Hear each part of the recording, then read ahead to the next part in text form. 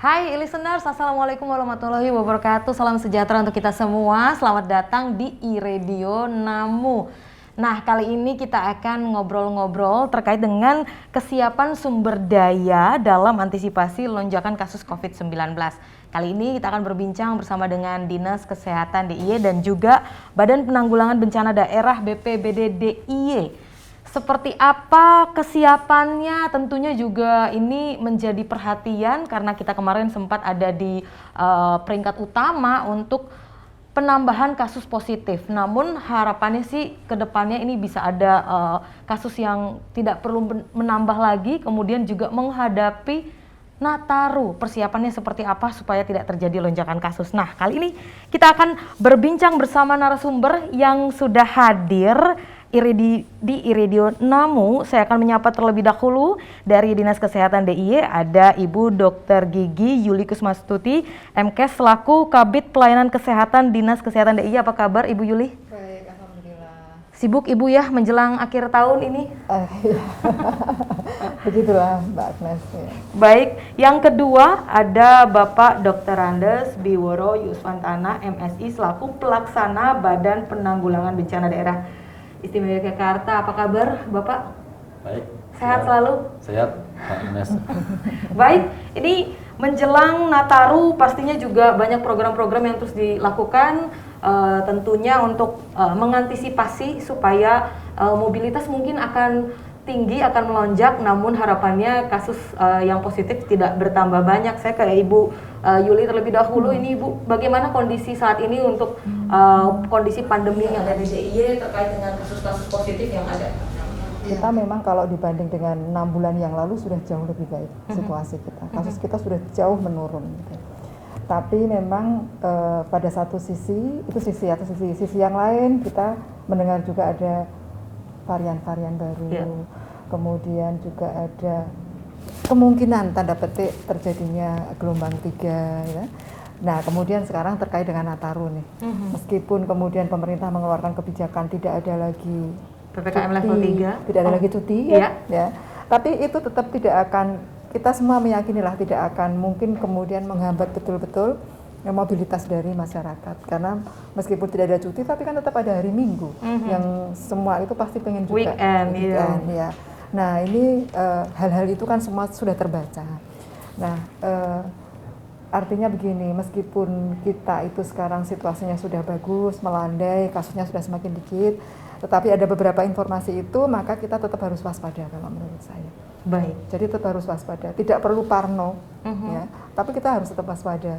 Kita tetap harus memahami bahwa ini belum selesai, pandemi ini belum selesai, sehingga memang kemudian yang paling penting dari masyarakat itu memang prokes jangan abai, tetap harus kita disiplin. Nanti pemerintah juga ada kewajibannya sendiri, jadi bukan hanya masyarakat, tapi pemerintah juga harus melakukan hal-hal yang lain. Nah, ini memang sinergi ini penting dalam rangka untuk menanggulangi pandemi ini supaya betul-betul segera berakhir. Baik. Situasinya seperti itu. Ya, jadi memang protokol kesehatan itu wajib ya. Iya. Kasusnya memang mulai melandai, vaksinasi juga mencapai 97% nih Ibu ya. Iya. Kemudian juga ini tadi adanya Nataru tidak bisa dihindari memang meskipun cuti bersamanya ditiadakan. Namun ya itu tadi perlunya ada tanggung jawab juga, inisiatif mawas diri dari masyarakat.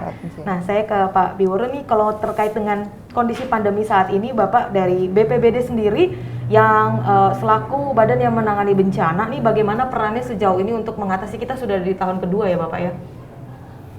Ya, yang pertama mungkin perlu kita ingat kembali bahwa bicara status, jadi di saat ini terkait dengan pandemi kita masih status tanggap darurat. Iya. Jadi setiap bulan diperpanjang oleh Bapak Gubernur statusnya tanggap darurat. Nah, kemudian penanganan pandemi COVID itu dalam kerangka Satgas penanganan COVID-19 Daerah Istimewa Yogyakarta. Nah, kami di BPBD itu sebagai sekretariat ya. Jadi tugas kami yang mendukung Bu Yuli bidang penanganan aspek kesehatan, penanganan aspek penegakan hukum, penanganan sosialnya, penanganan ekonomi. kemudian juga penanganan dari sisi isolasi dan sebagainya, membackup bidang-bidang yang lain ya.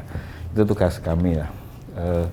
Terkait dengan itu juga berbagai kebijakan-kebijakan yang diperlukan. Jadi karena masih dalam kondisi seperti ini memang kebutuhan itu dinamis ya. Dinamis artinya kebutuhan di awal pandemi dulu sibuk mencari APD, masker dan sebagainya karena memang belum siap dengan itu. Kemudian bulan-bulan Januari Februari ada peningkatan jumlah gelombang pertama ya Bu Yuli, bisa dikatakan seperti itu ya. Ini kemudian ada meningkat lagi di bulan Juli Agustus sampai satu hari kasusnya bisa sampai 2.700 waktu itu paling tinggi.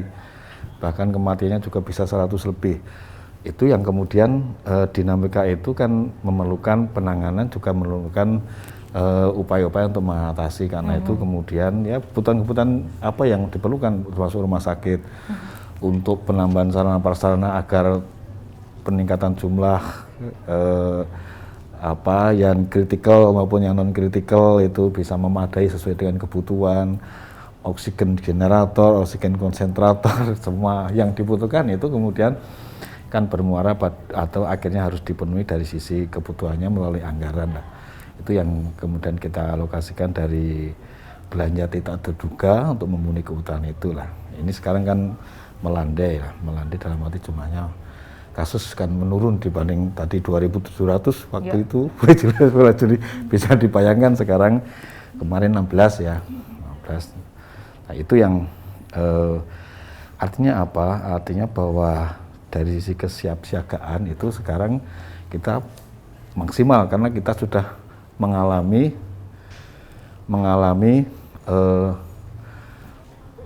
gelombang yang kedua bulan Juli Agustus yang tinggi sekali itu. Ya, artinya dari sisi kesiapan tempat tidur, kesiapan rumah sakit, kesiapan isolasi, ruang-ruang isolasi terpadu dan sebagainya itu sudah pernah mengalami tingkat tertinggi. Nah, sekarang jumlahnya melandai tapi itu kan menjadi bagian dari kesiapsiagaan kita. Itu satu. Kemudian yang kedua vaksinasi tadi disebutkan sudah 97%. Baik satu maupun kedua. Prokes ya kita berharap masyarakat masa dalam waktu 2 tahun belum paham tentang pakai masker ya. Saya kira kan sudah paham, tinggal kemudian mau melaksanakan atau tidak. Ini yang upaya-upaya yang dilakukan. Nah, itulah ya kemudian kita membuat lebih optimis untuk kalau kami itu kalimatnya begini ya, bukan kita menghadapi gelombang ketiga, tapi kita lakukan upaya-upaya untuk jangan sampai terjadi gelombang ketiga. Jadi gelombang ketiga itu belum tentu. Bukan kemudian, oh ini akan ada gelombang ketiga, kita harus siap-siap. Enggak seperti itu. Tetapi kita berupaya melalui berbagai cara, tadi ada perubahan perilaku, ada prokes, supaya kemudian tidak terjadi gelombang ketiga ini. Baik. Jadi memang kalau kita melihat, belajar dari kondisi gelombang kedua kemarin memang adanya mungkin belum siap, tiba-tiba ada lonjakan dan ini tentunya dengan nggak mau kemudian kita harus siap. Harus siap ya Pak ya, sarana prasarana sudah lebih banyak, kemudian pelayanan kesehatan juga sudah lebih sigap gitu. Nah, saya ke Ibu Yuli, dan kalau melihat dari gelombang kedua kemarin, artinya sekarang menghadapi, apalagi sekarang kita akan menjelang libur Nataru, seperti apa juga persiapannya untuk sarana prasarana fasilitas kesehatan, Ibu? Ya, betul sekali. Jadi kalau tadi saya cerita bagaimana masyarakat harus ikut berperan serta. Nah, ini pemerintah juga punya tugas nih. Pemerintah punya tugas, salah satu diantaranya adalah mempersiapkan diri, gitu. Mempersiapkan diri kalau terjadi gelombang ketiga itu ya Pak ya. Jadi jangan sampai. Tapi kalau terjadi, kami sudah melakukan persiapan. Salah satu diantaranya adalah betul Mbak Agnes. Jadi kita menyiapkan fasilitas pelayanan kesehatan mulai dari rumah sakit, puskesmas, klinik. Nah, kalau dilihat dari tempat tidurnya, memang ya harus kita pahami tempat tidur untuk COVID itu memang kemudian saat ini yang disiapkan oleh rumah sakit tidak sebanyak pada waktu terjadi puncak di akhir bulan Juli kemarin. Karena pada saat itu bor kita itu sampai 85%. Nah itu tempat tidur kita itu sejumlah 1.762. Tapi ketika kemudian kasus semakin sedikit, melandai, maka rumah sakit juga menyesuaikan diri dong. bolehkan rumah sakit, karena pada satu sisi rumah sakit itu juga terus didesak oleh masyarakat yang membutuhkan pelayanan selain COVID. Banyak kan yang kemudian tertunda. Pada saat COVID meningkat kan semua menyisi dulu nih, yang kita utamakan COVID dulu. Nah ini yang lain-lain yang selain COVID itu kan kasus kita juga banyak. Ini mereka sudah sudah ngantre di belakang. Nah begitu kasusnya mulai melandai, mereka mulai datang ke rumah sakit untuk menyelesaikan problem-problem kesehatannya. Selain COVID, ada jantung, kita kan banyak sekali masalah itu. Nah, kemudian maka rumah sakit semakin mengurangi tempat tidur COVID-nya, karena dikonversi untuk tempat tidur non-COVID. Nah, di titik sekarang inilah kita mulai kembali mengingatkan kepada teman-teman rumah sakit. Kepala Dinas Kesehatan sudah menerbitkan surat edaran kepada rumah sakit maupun kepada Dinas Kesehatan Kabupaten Kota yang membawai puskesmas. Kita mengingatkan bahwa ini sebentar lagi Nataru, ada potensi lonjakan karena pergerakan manusia semakin banyak. Ayo kita siapkan kembali tempat tidur yang kemarin sudah dikonversi untuk non-COVID, sekarang ayo dikembalikan dikonversi ke COVID. Pelan tapi pasti harus mengarah ke situ untuk mempersiapkan ini. Mudah-mudahan tidak terpakai di tempat tidurnya. Tapi kalau seandainya terjadi, maka kita sudah siapkan. Kita akan mengembalikan tempat tidur COVID itu sejumlah ketika terjadi puncak. Jadi sekitar 1.700. Sekarang kita masih sekitar 1.400. Jadi sudah berkurang 300. Ini digunakan untuk yang layanan-layanan non-COVID. Tapi karena ini sudah akan kembali Nataru, ada kemungkinan terjadi itu. Epidemiolog kan mengatakan seperti itu. Ini ada pergerakan manusia nih, jadi potensi lonjakan ada, ayo siap. Nah, rumah sakit kita siapkan kembali, menggelar kembali, mengkonversi tempat tidurnya yang kemarin digunakan untuk non-COVID, dikonversi kembali untuk COVID. Jadi akan kita kembalikan ke angka 1.700. Mudah-mudahan tidak terpakai. Satu sisi untuk rumah sakit, kemudian untuk puskesmas kita menyiapkan untuk evakuasi medisnya. Kegawat daruratan dan evakuasi medisnya, ayo kembali disiapkan. Kemarin kita sudah melakukan refreshing gladi untuk teman-teman PSC. Nanti mungkin kita cerita PSC ya, karena PSC ini erat kaitannya dengan masalah kegawat daruratan, termasuk kegawat daruratan COVID-nya. Kita sudah melakukan refreshing, mengulang kembali bagaimana kalau terjadi kegawat daruratan. Kita sudah kumpulkan semua PSC kabupaten kota dalam rangka untuk ini, jadi supaya nanti kalau terjadi kegawat daruratan harus melakukan evakuasi medik di tingkat masyarakat, kita sudah, karena ini kan sudah landai, sudah tidak terlalu banyak. Nah, kita mengingatkan kembali supaya nanti respon time untuk respon terjadi kegawat daruratan itu bisa kita tekan sehingga nyawa dan kecacatan itu tidak akan perlu terjadi.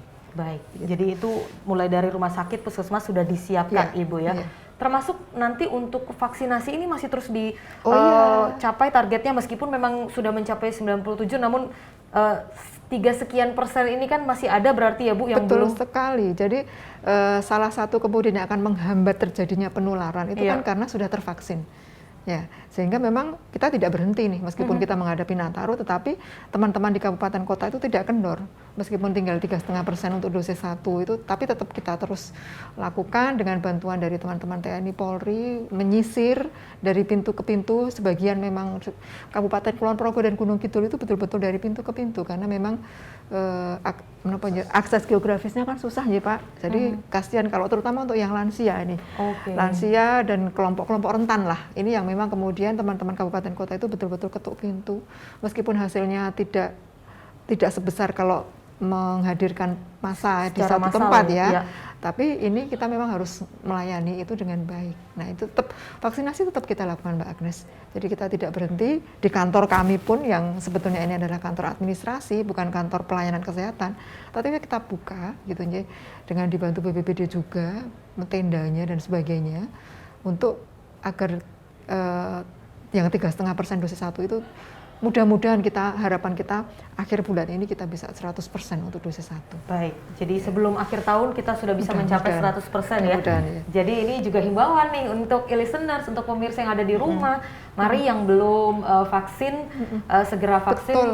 Karena atau yang tahu ada yang belum vaksin, yang itu. orang tuanya, kakeknya, neneknya, gitu. Kita itu sudah nggak sulit loh sekarang. Kalau vaksin, kalau dulu kan harus ngisi gitu ya. Sekarang tidak. Yang penting bawa KTP. Yang penting bawa KTP. Kalau untuk vaksinasi kedua bawa kartu vaksin yang pertama. Sudah itu datang aja ke tempat, kita tidak akan mempersulit. Itu datang. Yang penting memang beliau itu domisilinya di Jogja. meskipun KTP-nya dari manapun gitu. Iya. Kalau beliau itu KTP-nya di domisilinya di Jogja, monggo. Nah, Silahkan. nggak perlu khawatir, sudah disampaikan secara Iya. langsung. Kalau melihat juga dari Dinas Kesehatan ini, fasilitas untuk vaksinasi itu komplit sekali, bahkan jenisnya sudah diberitahu, jamnya Iya. itu sudah ada selalu di sosial Ada media. flyernya, ya. Jadi bisa langsung diakses, sangat mudah sekali. Karena ya itu yang akan membantu kita untuk kondisi pandemi ini semakin membaik ya. Saya ke Pak Biworo lagi, Bapak, kalau kita melihat ini dari BPBD sendiri seperti apa kegiatan-kegiatannya, tadi juga disampaikan terkait prasarana, terus juga adanya edukasi terhadap masyarakat agar itu tadi kadang-kadang mungkin punya kesadaran awal-awal pas kemarin kondisinya mengkhawatirkan, sekarang sudah kan katanya udah herd immunity, nggak apa-apa berarti ya, nggak usah prokes ketat-ketat. Nah, seperti apa dari BPBD untuk terus memberikan edukasi kepada masyarakat? Ya, jadi strategi untuk pandemi COVID itu kan ada 4 ya, deteksi, teropatik, ya perawatan di kesehatan, kemudian vaksinasi dan perubahan perilaku. Nah, itu semua dilakukan, dan sekali lagi kami di BPBD tugasnya mensupport semua penerapan atau pelaksanaan semua strategi itu supaya berjalan dengan baik lah. Nah, yang kedua sekali lagi itu berdasarkan pada dinamika. Jadi dinamika kebutuhan apa yang kemudian harus dilakukan itu kita support, termasuk menghadapi Natal tahun baru ini. Ya, jadi rapat tadi pagi Forkompinda, dari Forum Komunikasi Pimpinan Daerah, diprediksi 150.000 orang akan masuk ke DIY pada Natal dan tahun baru itu. Artinya ada pendatang ke sini ya, untuk belum lagi mobilitas dari penduduk internal kita. Penduduk sendiri kita juga punya saudara di Bantul, akan main ke Bantul. Itu kan, kemudian juga di objek wisata ya. Artinya bahwa upaya itu harus dilakukan. Karena itu di akhir tahun ini dilakukan langkah-langkah untuk tadi menerapkan protokol kesehatan. Jadi melalui bidang penegakan hukum bersama TNI Polri akan menyambangi nih objek-objek wisata, tempat-tempat publik yang di situ banyak orang berkumpul, ya tentu akan dilakukan upaya untuk jangan sampai penularan terjadi di situ melalui ya dukungan masker, mengingatkan, bahkan kalau perlu ada tindakan. Kemudian juga perhubungan akan melakukan langkah-langkah termasuk one gate system, misalnya bis-bis yang masuk harus masuk ke Giwangan untuk dilihat berapa persen yang sudah vaksin. Kalau yang belum vaksin lebih dari 10%, kalau nggak salah suruh balik ya. Kan nggak salah, yang memang di situ. Kemudian juga ada sampling untuk swab antigen. Nah, itu yang kalau kemudian ditemukan positif ya harus ditangani, dibawa ke ruang isolasi untuk ditangani lebih lanjut supaya itu tidak menular. Ya. Juga upaya-upaya edukasi sosialisasi, melalui bidang komunikasi publik. Kita akan masang informasi di berbagai tempat strategis melalui baliho, melalui medsos, melalui media-media luar yang lain untuk mengingatkan kembali COVID masih ada loh. Nah, silahkan berwisata tapi tetap dalam kerangka protokol kesehatan. Jadi ini kan kalau kita bicara perspektif ekonomi, Natal tahun baru kan momentum untuk ekonomi menggeliat kembali. Yang pelaku wisata kan sekarang senyum-senyum nih, karena akan banyak wisatawan datang, Malioboro juga banyak, objek wisata juga banyak, tetapi mari kita ada win-win solution. Oke, momentum ini biarlah menjadi satu momentum untuk menggerakkan kembali ekonomi, tetapi juga mari kita jadikan momentum untuk ujian, tahan nggak kita dengan atau mampu nggak kita melakukan upaya-upaya untuk mencegah penularan. Nah, ini menjadi ujian kita nih bulan Desember Januari ini. Kalau nanti bulan Februari kemudian ya semoga tidak ujiannya akan terlihat nilainya itu pada bulan-bulan Februari ya Bu ya. Kita akan seperti apa nilai kita, lulus enggak di dalam menghandle atau menangani momentum Natal dan Tahun Baru ini. Dan itu semua karena terkait dengan perilaku prokes ya masyarakat menjadi subjek. Karena nggak mungkin kemudian kita ngawasi semua orang yang ada di DIY 24 jam kan nggak mungkin. Nah, itu kesadaran itu yang sangat diperlukan karena diharapkan masyarakat paham bahwa itu tadi COVID masih harus kita upayakan jangan sampai menular kembali. Baik, jadi artinya untuk seluruh program dari BPBD tetap dimaksimalkan sekalipun kondisinya Ya, semakin melandai. sesuai momentum yang dibutuhkan. Sesuai momentum yang dibutuhkan ya Bapak ya. Baik, jadi ini nantinya menjelang Nataru, Natal dan Tahun Baru, banyak persiapan dari segala stakeholder, dari pihak-pihak dinas, tidak hanya dinas kesehatan saja di sini, tadi juga dinas perhubungan, kemudian pariwisata, semuanya bersinergi Termasuk nantinya. TNI Polri. TNI Polri betul sekali untuk terus karena ya itu tadi ada keleluasaan, tapi harapannya skema pengawasannya tetap maksimal seperti itu ya. Nanti kita akan bahas lebih dalam lagi, masih di iRadio Namu, tetap bersama kami. Nanti kita akan bahas lebih detail lagi seperti apa kesiapan sumber daya dan juga antisipasi lonjakan kasus COVID-19.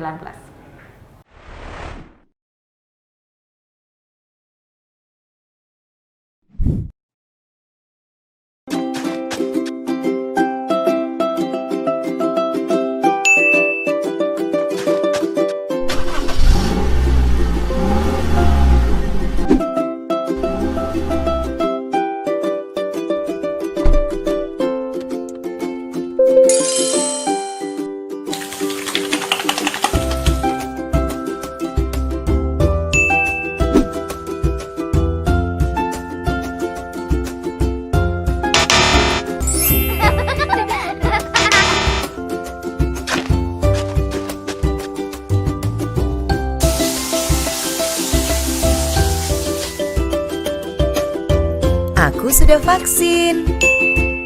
Melalui vaksin, kita tidak saja melindungi diri sendiri, tetapi juga membantu melindungi orang lain dari paparan virus corona.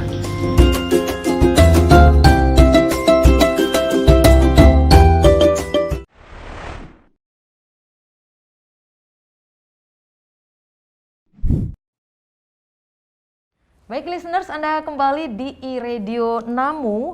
Masih kali ini kita membahas bagaimana antisipasi lonjakan kasus COVID-19, kesiapan dari SDM yang ada di DIY menjelang Nataru. Saya masih bersama dengan Ibu Yuli selaku Kabid Pelayanan Kesehatan Dinas Kesehatan DIY, kemudian juga ada Pak Biworo selaku Kepala Pelaksana BPBD DIY.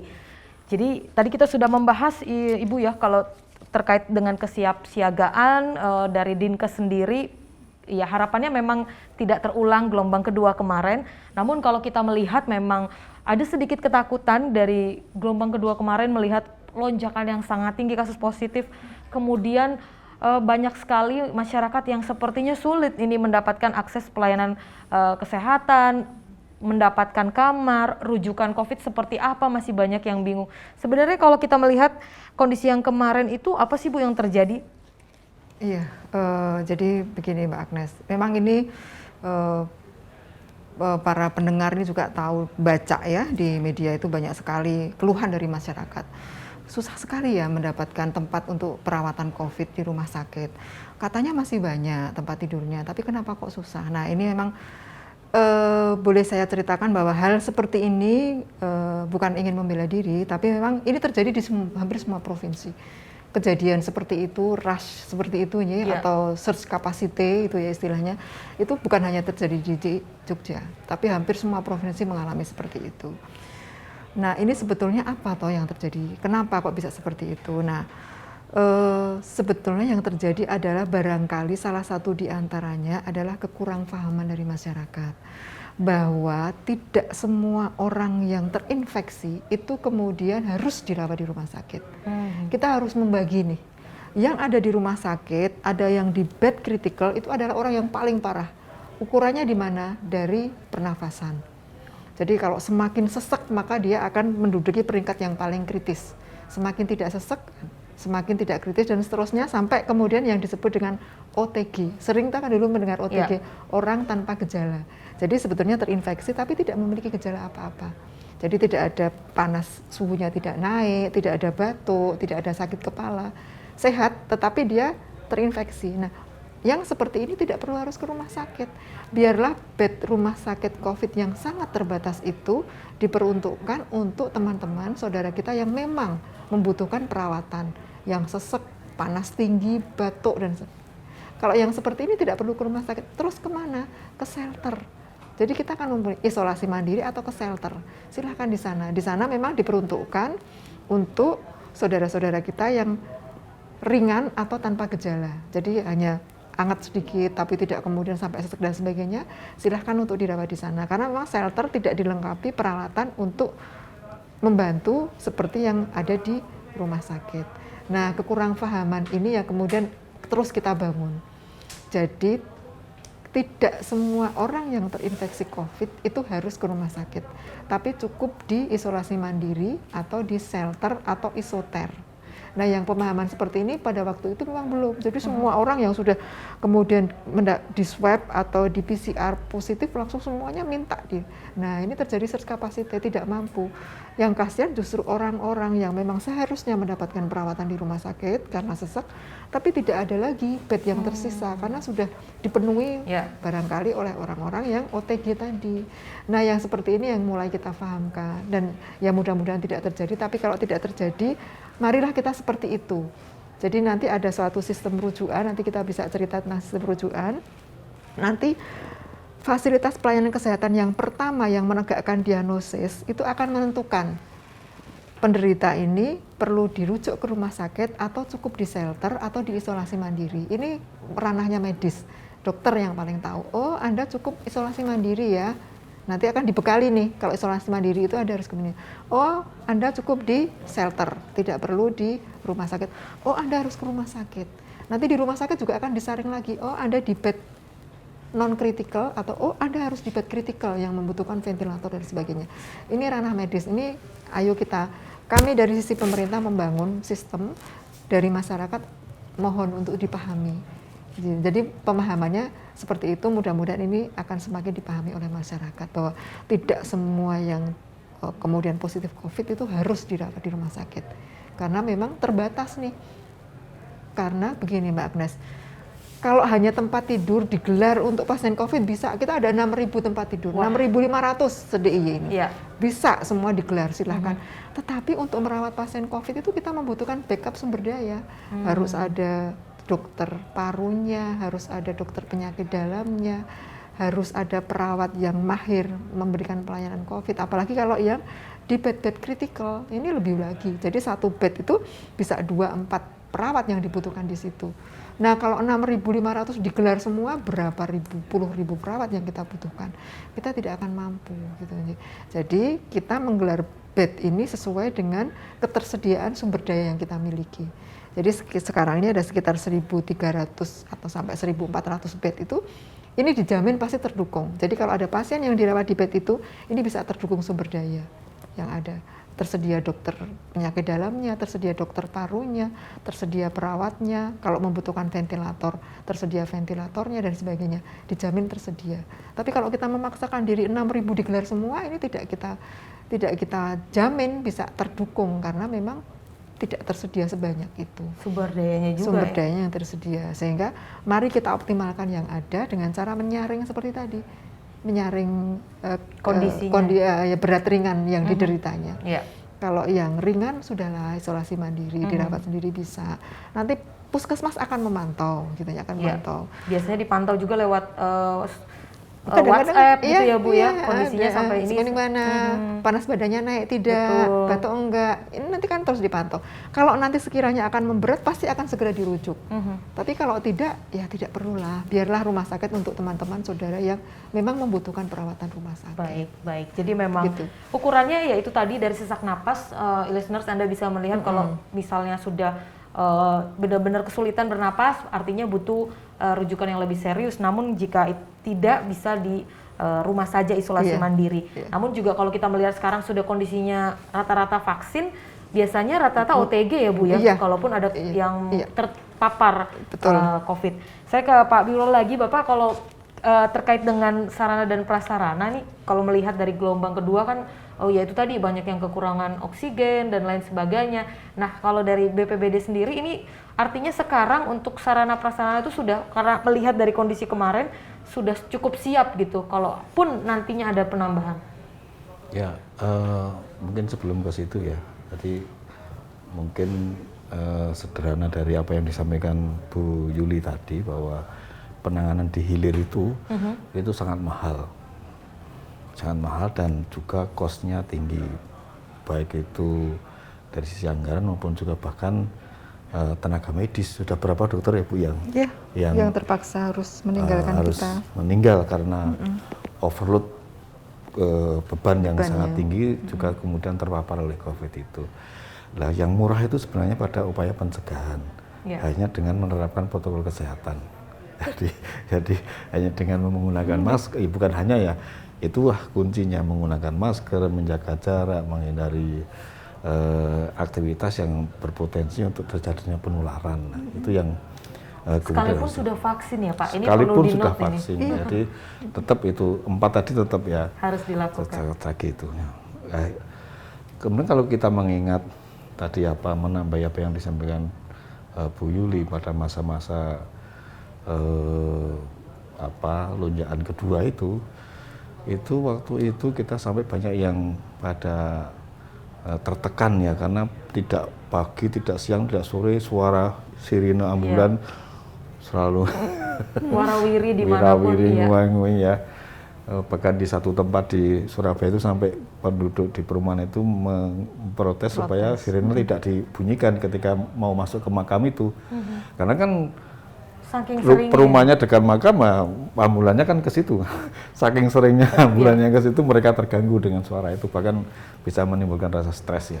Nah itu waktu itu memang seperti itu, termasuk juga tim pemulasaraan, kebutuhan peti jenazah pun itu kita sampai dibantu oleh BNPB 500 peti. Jadi baru kemarin kami berkantor, di kantor itu banyak peti. Sampai bertumpuk-tumpuk karena banyak kebutuhan itu. Jadi untuk melayani waktu itu pemakaman, permintaan untuk pemakaman, termasuk juga pemulasaraan. Jadi tim-tim pemulasaraan sampai 1 hari harus 5 kali misalnya memakamkan korban COVID inilah. Itu peristiwa yang tentu kita berharap itu tidak akan terjadi lagi. Tapi ada satu hikmah dan pelajaran memang dengan terjadinya lonjakan itu kemudian menyadarkan tentang banyak hal, kesiapan sarana prasarana tadi, tempat tidur, sarana prasarana pendukung untuk perawatan, termasuk juga kemudian kebutuhan-kebutuhan yang lain untuk agar layanan itu bisa dilakukan dengan baik ya, ambulan dan sebagainya, itu yang kita tingkatkan. Artinya ini menjadi di satu sisi menjadi bentuk kesiapsiagaan yang bisa membawa kita pada satu kondisi di mana banyak hal yang sudah kita lakukan untuk mengantisipasi itu, tapi tentu kita berharap itu tidak usah kemudian digunakan. Sekian ratus tempat tidur itu tadi kita berharap tentu tidak harus digunakan ya, supaya tidak gunakan lagi ya.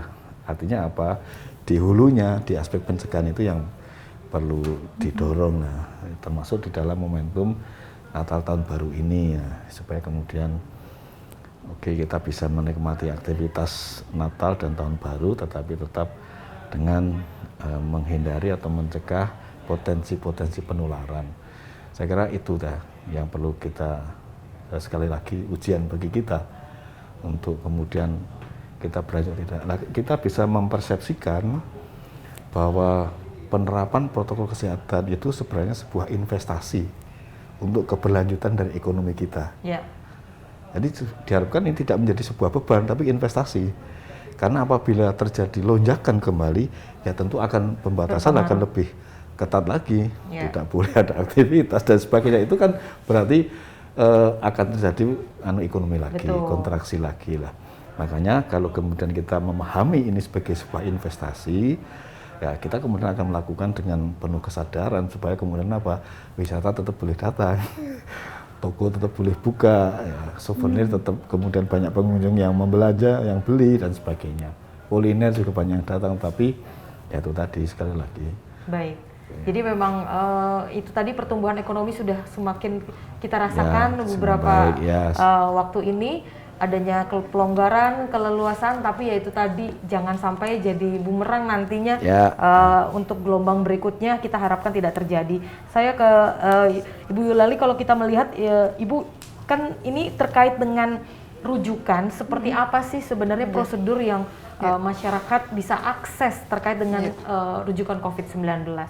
Ya, baik Mbak Agnes. Jadi begini, pada awal terjadinya COVID ya, awal tahun 2020 ya waktu itu, kita memang pada saat itu baru memiliki 2 rumah sakit rujukan COVID. Jadi Kementerian Kesehatan sebetulnya sudah mempersiapkan kalau terjadi pandemi seperti ini, itu dengan istilah penyakit infeksi emerging. Jadi infeksi yang kemudian bisa datang kembali. Gitu ya. Itu sudah disiapkan rumah sakitnya. Untuk DIY itu ada 2 rumah sakit yang disiapkan untuk rujukan infeksi emerging istilahnya. Rumah sakit Sarjito dan Rumah Sakit Panembahan Senopati Bantul. Nah kemudian ketika COVID masuk, kemudian ternyata kok pada awalnya kita pada masa itu optimis sekali ya, tidak akan masuk ke Indonesia kan. Tapi ternyata tidak terbendung ya, kemudian tambah. Nah akhirnya kemudian Kementerian Kesehatan memerintahkan kepada kita, tambah dong, jangan 2, tambah lagi, tambah 2. Jadi kita mempersiapkan Rumah Sakit Umum Daerah Kota Jogja dan Rumah Sakit Umum Daerah Wates. Jadi 4 rumah sakit ini kita mintakan SK pada waktu itu kepada Pak Menteri untuk di SK-kan. Tapi dalam perjalanannya ini kan terus naik terus kasus, sehingga kemudian sekali lagi meminta kepada daerah untuk mempersiapkan rumah sakit rujukan selain 4 ini. Nah kemudian kami berproses Mbak Agnes, mengidentifikasi, kami di DIY ini memiliki 81 rumah sakit, kemudian kita identifikasi kira-kira yang siap untuk menjadi rumah sakit rujukan mana ya. Dengan instrumen kita melihat tenaga dokternya, ada nggak dokter penyakit dalamnya, ada nggak dokter parunya, ada nggak perawat yang terampil untuk merawat pasien COVID, kita sisir, punya ventilator atau tidak, sisir. Akhirnya kita ketemu 24 rumah sakit. Yang itu kemudian kita buatkan SK Gubernur. Jadi untuk penanganan COVID ini ada 24 rumah sakit yang di SK-kan Gubernur dan 4 rumah sakit yang di SK-kan oleh Menteri. Totalnya ada 28 rumah sakit yang ini menjadi tempat rujukan. Yang menjadi bukan top referral tapi memang referral yang lebih di atas. Kalau top referralnya memang Rumah Sakit Sarjito karena memang sumber daya yang paling mencukupi, paling lengkap untuk penanganan COVID. Yang 27 lainnya ada di bawahnya Sarjito. Nah kemudian ada lagi rumah sakit yang selain ini yang ada di kabupaten kota. Ini kemudian teman-teman kabupaten kota berinisiatif membuat sendiri, menyiapkan sendiri yang kemudian dibuat SK Bupati yang disebut dengan Rumah Sakit Rujukan Antara. Jadi ini kemampuan layanannya gradasi Mbak Agnes. Jadi yang Sarjito ini paling lengkap, ya agak kurang lengkap di bawahnya paling lengkap. Terus kemudian ada yang disebut dengan Rumah Sakit Lapangan. Rumah sakit lapangan ini memang dibuat pada saat itu secara mendadak dalam rangka untuk menangani gelombang pasien yang luar biasa banyak ini. Tentu saja namanya juga rumah sakit lapangan, bersifat sementara dan pasti tidak selengkap rumah sakit rujukan ini. Nah, ini berjenjang rumah sakit yang top referral Sarjito, kemudian di bawahnya ada lagi yang rumah sakit Antara, kemudian ada rumah sakit lapangan, kemudian teman-teman di puskesmas, klinik ini kan juga dilarang untuk menolak pasien apapun. Jadi ketika ada pasien yang merasa tidak nyaman, wah kok sepertinya COVID, mana yang paling dekat? Klinik. Dia datang klinik harus ini, tidak boleh menolak. Nggak mau Bapak Ibu sepertinya kok COVID, ditolak, nggak boleh. Ini salah, ini melanggar hukum. Tidak boleh. Jadi tetap diterima, kemudian dia akan menegakkan diagnosis, kemudian dia akan mengukur. Oh ini cukup isolasi mandiri, oh ini cukup di shelter, oh harus ke rumah sakit. Rumah sakitnya cukup di rujukan Antara. Nah ini ada yang disebut, kita memiliki sistem, yang sistem itu kemudian bersifat berjenjang, kemudian dibantu dengan suatu aplikasi yang disebut SISRUT, Sistem Informasi Rujukan Terpadu. Jadi dengan sistem ini maka baik rumah sakit yang mengirimi maupun rumah sakit yang menerima ini sudah saling berkomunikasi dahulu. Ini penting dalam sebuah komunikasi medis, ini harus dilakukan. Jadi jangan sampai rumah sakit itu mendadak tiba-tiba menerima pasien yang tanpa tahu riwayatnya. Nah, SISRUT ini akan membantu supaya rumah sakit yang mendapat rujukan itu tahu, oh iya, aku akan mendapat kiriman pasien namanya ini, umurnya ini, jenis kelaminnya ini, kondisinya seperti ini. Dibuktikan mungkin nanti ada rekaman jantungnya, ada foto toraknya, ada suhunya, ini lengkap sekali. Nah, si surut ini sebetulnya akan sangat membantu sedemikian rupa sehingga rumah sakit yang menerima rujukan ini menjadi siap. Oh iya, saya akan menerima pasien ini, segera siapkan tempat tidurnya yang kritikal atau non kritikal sudah disiapkan semua. Jadi jangan sampai kemudian sampai di rumah sakit belum jelas, kemudian tidak terkelola dengan baik, jangan sampai terjadi seperti itu. Namun yang seperti ini memang kemudian ini kan di tingkat teori gitu. Di pelaksanaannya memang kemudian tidak seideal itu. Kadang-kadang memang pasien itu kadang-kadang tidak sabar. Iya. Sekarang. Nah, ini kadang-kadang yang Melihat kemudian banyak cerita-cerita yang ini pasti jadi panik juga. Panik Bu. juga, sehingga memang kemudian memaksa. Nah, ini yang kemudian membuat teman-teman rumah sakit itu juga wajar saja kalau kemudian juga menjadi kacau. Iya. Nah, seperti yang terjadi kemarin, Sarjito itu sampai tahu kan Mbak Agnes sampai membuka IGD itu di tenda itu Pak Bi, tenda di depan kita itu. dorong satu tenda di Sarjito. Iya betul seperti itu. Jadi ya ruangan IGD tapi seperti rumah sakit lapangan karena memang ya situasi yang harus kita respon seperti itu. Jadi digelar bed seperti itu di bawah tenda yang dilalui pada saat itu juga hujan dan sebagainya. Tapi ya itulah itu menjadi pembelajaran kita. Kita, pemerintah, Fasdiankes maupun masyarakat. Jadi menjadi pembelajaran kita bersama. Nah, ini sebetulnya rujukan ini sudah kita atur sedemikian rupa. Kalau ini kemudian semua mematuhi, baik Fasdiankes, baik yang merujuk maupun yang menerima rujukan, kemudian kita sebagai masyarakat itu memahami itu semua. Mudah-mudahan ini gelombang yang seolah-olah kemudian tidak terkendali seperti kemarin, mudah-mudahan tidak terjadi lagi, Mbak. Baik, termasuk nanti para pelaku wisatawan yang mungkin datang, kemudian pada saat sistem tracing atau testing gitu mereka ternyata positif gitu bisa mengakses ya Bu? Betul, ini harus dipahami juga. Jadi nanti ketika tracing itu dilakukan, ini harus jelas nih hasil tracingnya seperti apa. Kemudian oh iya Anda positif, tapi gimana badannya? Oh baik-baik saja kok, saya nggak merasa. Oh berarti Anda OTG, silahkan nanti ke shelter saja. Nah ini komunikasi yang seperti ini memang diperlukan. Baik. Gitu. Untuk sistem testing, tracing, dan juga treatment ini, saya ke Pak Biuru, kalau melihat apakah itu menjadi, kalau di sub memang punya one gate system ya, mereka juga menerapkan itu supaya ada satu jalur yang bisa men-tracing ini kondisi dari bus pariwisata, kemudian awak dan yang ada di dalamnya itu bisa benar-benar dijangkau untuk pengecekan. Nah, apalagi kira-kira Bapak yang menjadi target dan juga program supaya dari BPBD sendiri melihat ini adalah cara-cara yang efektif agar tidak terulang kembali lonjakan kasus? Ya, kalau kita belajar dari kasus yang akhir-akhir ini terjadi ya, jadi klaster itu terjadi karena aktivitas di masyarakat maupun di PTM ya, pembelajaran tatap muka ya, itu yang terjadilah. Memang dengan tracing ini diupayakan kita mencegah supaya penularan itu dibatasi ya, artinya kemudian bisa segera terdeteksi siapa saja yang kontak erat dan sebagainya untuk mencegah jangan sampai kemudian keluar, dan dari situ dilakukanlah testing untuk melihat seperti apa kondisi mereka lah. Ini yang makanya di Natal tahun baru ini memang fokus terhadap objek wisata, tempat publik dan sebagainya penting, tetapi juga tidak boleh kemudian kita abaikan potensi-potensi yang ada di masyarakat. Nah, karena pertemuan dalam rangka Natal, dalam rangka tahun baru, yang biasanya itu berkumpul membunyikan mercon tahun baru kan gitu, atau kembang api dan sebagainya, itu kalau sudah luapan-luapan kegembiraan itu kan bisa kemudian lepas kendali lah.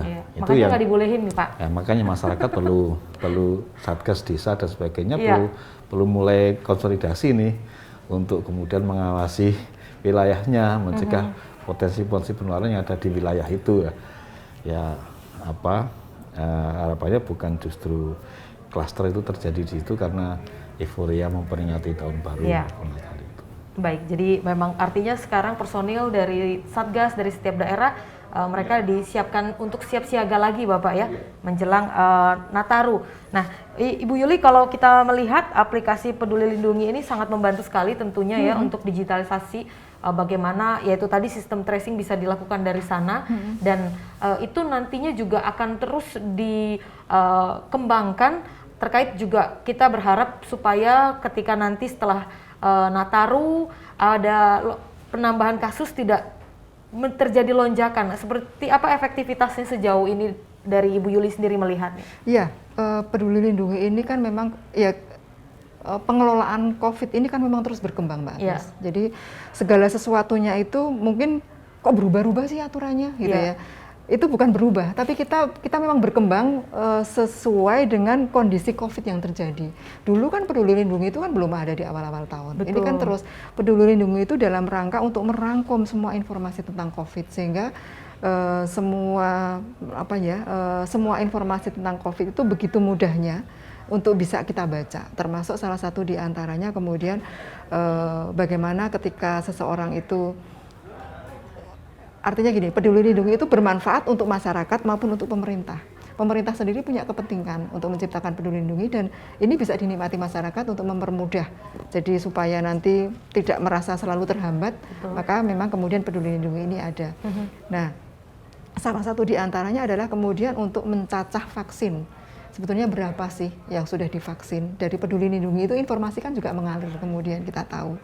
Meskipun ada juga informasi lain, cuma memang kadang-kadang sampai dengan saat ini itu memang namanya juga berproses Mbak Agnes. Kita terus berkembang, terus gitu memang menuju ke arah sempurna, tapi memang kita belum sempurna. Sehingga memang kemudian ada beberapa perbedaan data tentang vaksin ini.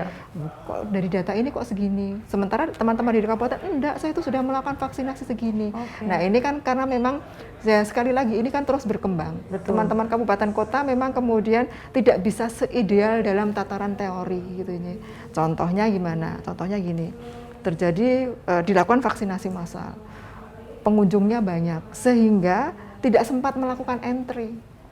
Makanya ada kemarin udah vaksin tapi nggak ada namanya terdaftar. Karena itu tidak sempat. Tapi mungkin itu nanti 3-5 hari akan muncul, gitu akan muncul karena memang ya itu tadi kita harus pahami ya Pak Bi. Jadi tenaga kesehatan kita itu memang kita ya harus angkat topi buat mereka.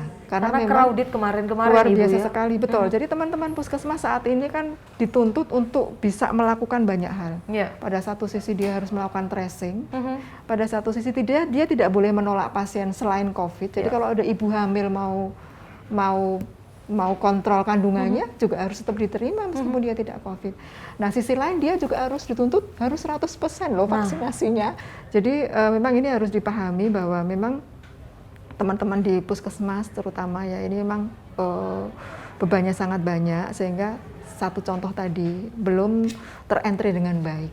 Sehingga memang seolah-olah loh kok capaiannya rendah ya. Tapi nanti 3-5 hari lagi akan kelihatan naik, termasuk salah satu di antara, oh iya sudah muncul pesan ya di Peduli Lindungi, oh saya sudah sudah terdata nih vaksin kedua saya. Vaksin keduanya. Memang tidak, kalau dulu di awal-awal, sekarang vaksin nanti malam keluar tuh informasi, tapi sekarang tidak. Sabar ya, jadi memang itu tadi sistem juga memang sekarang sudah canggih, tapi itu tadi sumber dayanya juga harus menyesuaikan ya Ibu dengan sistem yang ada. Nah ini terkait juga dengan kekhawatiran adanya varian baru Omikron itu, seperti apa Bu juga antisipasinya supaya kita sih berharap tidak sampai masuk ke DIY? Omikron ya, kalau kita memang berbicara Omikron ini banyak pendapat ya, banyak pendapat. Tapi dari literatur yang literatur ringan yang pernah kami baca itu memang Omikron ini lebih kepada mempercepat penularan, bukan memperberat. Jadi kalau beratnya itu kurang lebih tidak lebih berat dari varian Delta. Ini informasi yang kami terima.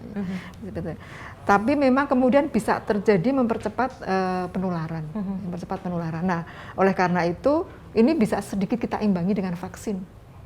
Ya, dengan kita semakin banyak yang kita vaksin, maka meskipun ini penularannya cepat, tetapi kalau kita imunitasnya bagus, ini kan akan berimbang, artinya tertangkal dengan baik dengan adanya vaksinasi Omikron ini. Nah ini memang itu, dan yang selebihnya ya seperti tadi Pak Abi tadi ya tetap prokesnya ya apapun yang terjadi memang prokes ini namanya masker, jaga jarak, mengurangi mobilitas, jangan berkerumun, ya ini memang sifat harus kita lakukan untuk mengantisipasi penyakit-penyakit yang memang penularannya itu melalui kontak dengan manusia. Saya kira gitu kalau Omikron ya. Ya. Ke Pak Biworo terlebih dahulu lagi Pak, kalau melihat untuk fasilitas bantuan untuk masyarakat dari BPBD misalnya seperti ambulans yang kemarin juga beberapa kali diakses, dengan kondisi sekarang ini apakah masih bisa juga diakses oleh masyarakat yang mungkin membutuhkan Bapak? Ya, tentu secara berjenjang ya, dalam arti memang kemarin kita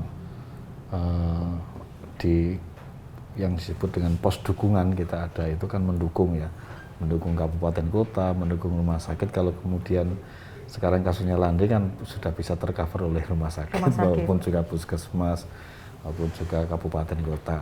Itu yang terdekat itulah yang kemudian bisa dilakukan. Ya. Nah, tapi koordinasi tetap, artinya kalau kemudian ada yang meminta bantuan ke kita, ya kita akan mengkoordinasikan dengan layanan yang terdekat yang bisa lebih cepat untuk menindaklanjuti itu. Ya. Artinya kalau sudah terkait dengan situasi keamanan, kesehatan orang itu kan harus kita lakukan itu. Ya. Baik. Soal siapa yang akan menindaklanjuti di lapangan itu kan banyak pelaku-pelakunya. Baik. Sangat mudah juga diakses oleh masyarakat untuk para pelaku tersebut jika membutuhkan nantinya. Baiklah, tadi sudah disampaikan ini terkait dengan bagaimana kesiapan SDM untuk menghadapi jika ada terjadinya lonjakan kasus COVID, dari sarana prasarana sudah terus disiapkan, fasilitas kesehatan dan juga vaksinasi masih terus digencarkan. Jadi tinggal bagaimana masyarakat juga ikut bisa bersinergi dengan stakeholder, pemerintah daerah agar tidak ada terjadinya lonjakan setelah Nataru ini. Baiklah, mungkin ini yang terakhir sebagai pesan dan himbauan untuk listeners masyarakat, silahkan dari Ibu Yuli terlebih dahulu. Baik, kalau dari saya ingin kita itu antara pemerintah dengan masyarakat itu satu persepsi tentang pandemi COVID. Ya. Jadi jangan beda persepsi, kalau masih beda persepsi ini akan sulit, tapi kita ingin satu persepsi. Dan kami bersama-sama dengan BPBD ini terus berbicara kepada masyarakat bahwa yang namanya pandemi COVID itu seperti ini. Nah, seperti ini dalam rangka untuk menyamakan persepsi tadi. Kalau kita sudah sama persepsi, maka ini akan menjadi lebih mudah. Persepsinya apa? Ya bahwa pandemi ini sebentar atau lamanya, panjang atau pendeknya itu tergantung pada kita. Ya. Bukan tergantung pada orang lain, tergantung pada kita. Semakin kita bisa terus waspada, terus disiplin prokes, ini saya yakin-yakinnya COVID ini segera akan berlalu dari wilayah kita. Tapi kalau kita tidak waspada, kita abai, ya ini akan lama dan kita semua akan merasakan kerugian itu. Maka mari kita satu persepsi bahwa panjang atau pendeknya pandemi ini tergantung pada kita. Kita sendiri yang akan mengendalikan. Dengan cara bagaimana kita tetap tidak perlu kemudian parno kepada COVID, tetapi kita harus tetap waspada bahwa COVID ini masih ada. Supaya tidak terlalu lama, mari kita disiplin untuk tetap dengan prokes kita. Ya. Saya kira begitu. Baik, terima kasih Ibu Yuli. Pak Biworo, monggo. Ya, kalau kita perbandingkan dengan bencana yang lain ya. Kalau bencana yang lain itu kan triggernya itu dari eksternal faktor ya, artinya bisa hujan lebat dalam durasi lama, kemudian longsor, bisa gunung yang kemudian erupsi atau meletus ya, yang menimbulkan kemudian kerusakan lingkungan, korban jiwa dan sebagainya. Tetapi pandemi COVID ini triggernya itu under kontrol kita. Saya mungkin dalam bahasa yang lain dari Bu Yuli tadi, bahwa under kontrol dalam arti kita akan menjadi penular atau tidak, kita di orang yang menjadi terdampak atau tidak, itu ada pada kita. Apakah kita kemudian mau prokes atau tidak, itu kan tergantung pada keputusan kita. Itu yang akan menjadi potensi untuk penularan atau tidak lah. Karena itu mari kita bergembira di Natal dan Tahun Baru ini, tetapi tetap dalam koridor atau dalam disiplin protokol kesehatan, supaya kemudian Natal Tahun Baru bisa berlangsung menjadi Nataru yang sehat, yang aman. Ya, baik. Itu, terima kasih. harapannya itu bisa benar-benar disambut baik juga untuk masyarakat, Bapak Ibu ya, agar itu tadi terwujudnya pemulihan pandemi ini segera berakhir, dan tentunya ini akan berkaitan dengan pemulihan ekonomi juga. Baik, terima kasih sekali lagi untuk iRadio bisa bisa ngobrol bareng dengan Dinas Kesehatan. Ada Ibu Yuli selaku Kabid Pelayanan Kesehatan Dinas Kesehatan DIY, Pak Biworo selaku Kepala Pelaksana BPBD DIY. Terima kasih atas waktunya. Baik, listeners, itu tadi iRadio Namu, kita udah ngobrol barengan Dinkes dan juga BPBD DIY. Terima kasih untuk Anda yang sudah bergabung menyaksikan. Sampai berjumpa lagi di iRadio Namu berikutnya.